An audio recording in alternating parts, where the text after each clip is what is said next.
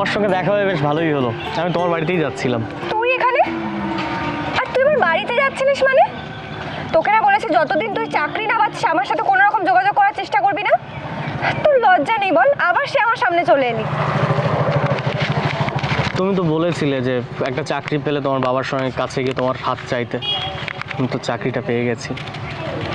কি? তুই চাকরি পেয়েছিস? তুই আর কি চাকরি পাবি? ওই ছোটোখাটো কোনো চাকরি হয়তো পাবি। তো বল, কিসের চাকরি পেয়েছিস? কোন সিকিউরিটি গার্ডের নাকি ঘর মোছার? কিসের চাকরি পেয়েছিস? তুমি এইভাবে কেন বলছো? তো কিভাবে বলবো বল তোকে? তোর যোগ্যতাই তো এটা। ডিসকাস্টিং। সকাল সকাল চলে এসেছে মাথাটা খারাপ করতে। আমি গভর্নমেন্ট জব পেয়েছি, ভেবেছিলাম তুমি শুনলে এত খুশি হবে। Government job? আমার বয়ফ্রেন্ড জানিস একজন কত বড় বিজনেসম্যান, আর তুই তো মাসে ওই হাতে গোনা খুব জোর 10 থেকে 15,000 টাকা পাবি। আর আমার বয়ফ্রেন্ড জানিস মাসে কত টাকা ইনকাম করে? তুই জানিস আমার বয়ফ্রেন্ডের কত দামি দামি গাড়ি আছে, দামি দামি বাড়ি রয়েছে? তোর কিছু আছে? তোর কোনো অকাতই নেই ওর কাছে।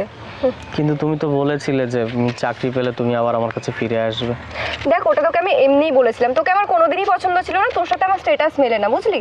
তোকে যখনই বলবো কোনো রেস্টুরেন্টে নিয়ে যেতে, তুই সবসময় খুঁজবি কোথায় কম দামে রেস্টুরেন্ট আছে, কোথায় কম দামে জামা কাপড় কিনতে পাওয়া যায়। কখনো ভালো শপিং মলে নিয়ে গেছিস আমায়?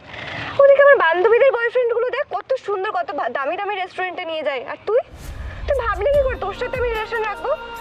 কিন্তু আমি তো তোমায় খুব ভালোবাসি। তোর ভালোবাসা না তুই তোর কাছেই রাখ, ছোট লোক একটা। দেখ, আমার মাথাটা এখন গরম করে দিস না। অনেক ভালো মুড নিয়ে ওর সাথে দেখা করতে এসেছিলাম। সর আমার রাস্তা চার। তুমি চলে এসেছো? বলো। ওটা কে ছিল? আরে ওর কথা বাদ দাও, ও ভিখারির বাচ্চা একটা। আমি কিন্তু সব শুনেছি। তুমি কি শুনেছো? আরে বাদ দাও না সব, চলো এখন এখান থেকে।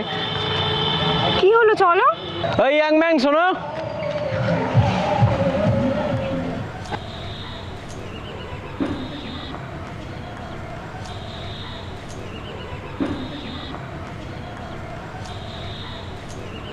তোমাকে কতটা ভালোবাসে তুমি জানো?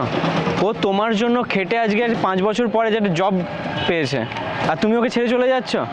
তার মানে তো কিছুদিন পর আমার থেকে ভালো ছেলে পেলে তুমি আমাকেও ছেড়ে দেবে, এটাই তো? আরে না, তুমি ভুল বুঝছো আমায়। আমার কথাটা শোনো। কি বোঝাতে চাও তুমি?